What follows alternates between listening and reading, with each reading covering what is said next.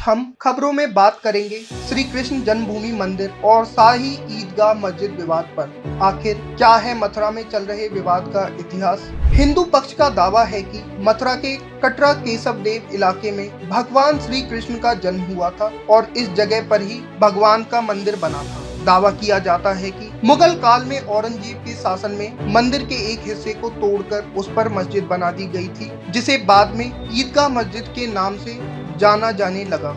मस्जिद बनने के बाद ये जमीन मुसलमानों के हाथ में चली गई और करीब 100 साल तक यहाँ हिंदुओं की एंट्री पर बैन लगा हुआ था। फिर साल 1770 में मुगल मराठा युद्ध हुआ। जंग में मराठों की जीत हुई और मराठों ने मंदिर बनवाया।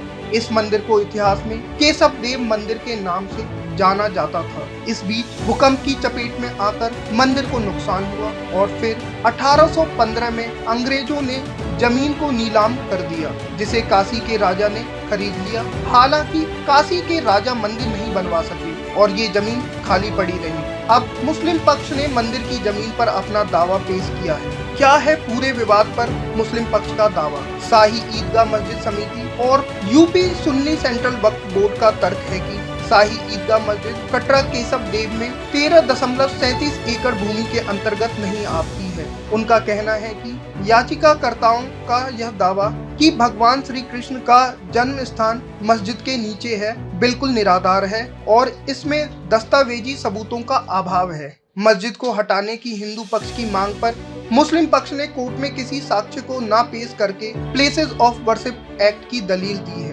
क्या है हिंदू पक्ष के दावे का आधार। हिंदू पक्ष ने 15 दिसंबर सन 2023 को सुप्रीम कोर्ट में कहा कि यूपी सुन्नी सेंट्रल वक्फ बोर्ड और शाही ईदगाह मस्जिद समिति को तुरंत अतिक्रमण की गई जमीन को खाली करना चाहिए। याचिका में श्री कृष्ण जन्मभूमि ट्रस्ट को ये जमीन जल्द से जल्द सौंपे जाने की अपील भी की गई।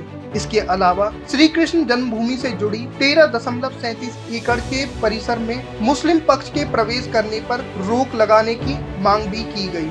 हिंदू पक्ष के वकील विष्णु शंकर जैन ने कोर्ट को साक्ष्य देते हुए बताया कि मस्जिद की दीवारों पर जो कलश बना है वो हिंदू शैली का है और मस्जिद के पिलर के टॉप पर कमल भी बना है।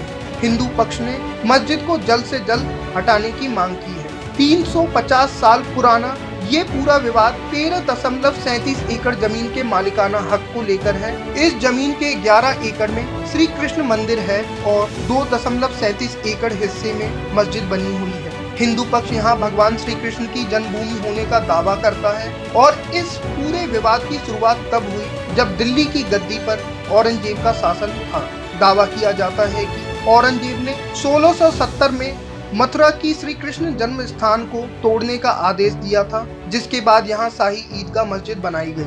इटालियन यात्री निकोलस मनुची ने अपने आर्टिकल में इसका जिक्र भी किया है कि रमजान के महीने में श्री कृष्ण जन्म स्थान को औरंगजेब के आदेश पर नष्ट किया गया था। आइए आगे जाते जाते सुनते हैं पूरे विवाद पर श्री कृष्ण जन्मभूमि के अधिवक्ता महेंद्र प्रताप सिंह एडवोकेट का क्या कहना है।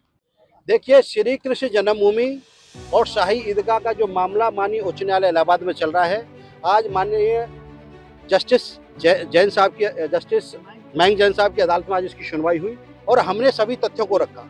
हमारा मानना है कि इस शाही ईदगाह पक्ष के लोग जान करके इस केस को लिंगर ऑन करने के उद्देश्य से इस केस की प्रोसीडिंग को आगे नहीं बढ़ने दे रहे हैं। आज हमने माननीय न्यायालय में अपने तथ्यों को रखा और हमने जितना भी रेवेन्यू रिकॉर्ड था, चाहे कचरा हो, चाहे कतौनी हो, चाहे नगर निगम का रिकॉर्ड हो, हमने सब न्यायालय के समक्ष रखे और विभिन्न इतिहासकारों की पुस्तकें भी आज हमने रखी, जिनमें हमारा विशेष रूप से ये कहना है कि जितने भी ये माशरे आलमगीरी है साकी मुस्तक खान की, जो औरंगजेब का दरबारी था। इसमें स्पष्ट रूप से कहा गया है कि मंदिर को तोड़ के मस्जिद बनाई गई, यहाँ से विग्रह को ले जाकर के आगरा की जामा मस्जिद में लगाया गया। तो आज हमने विभिन्न इतिहासकारों की, जो भारतीय इतिहासकार थे, विदेशी इतिहासकार है और क्रिश्चियन इतिहासकार है, सबकी चाहे वर्नियर हो, चाहे ओतुल्फी हो की तारीख यामिनी हो, चाहे ये emperor Aurangzeb and destruction of temple VS. Bhatnagar की पुस्तक हो, हमने सब पुस्तकों को न्यायालय में रखा और माननीय न्यायालय से अनुरोध किया कि इन तथ्यों को रिकॉर्ड में ला करके ये 7 रूल 11 की जो एप्लीकेशन लगाई गई है ये गलत है। और ये डिस्ट्रिक्ट मथुरा मेमोयर है एफ.एस. डाउज का, जो मथुरा में कलेक्टर रहे थे, उनकी ये पुस्तक है। इसमें भी इसका पूरा वर्णन आता है कि किस तरह से मंदिर को तोड़ा गया, मूर्तियों को ले जाया गया। तो यहाँ पर शाही ईदगाह पक्ष का कोई औचित्य नहीं बनता है, लिहाजा 7 रूल 11 की इनकी एप्लीकेशन तुरंत निरस्त की जाए और केस की प्रोसीडिंग को आगे बढ़ाए।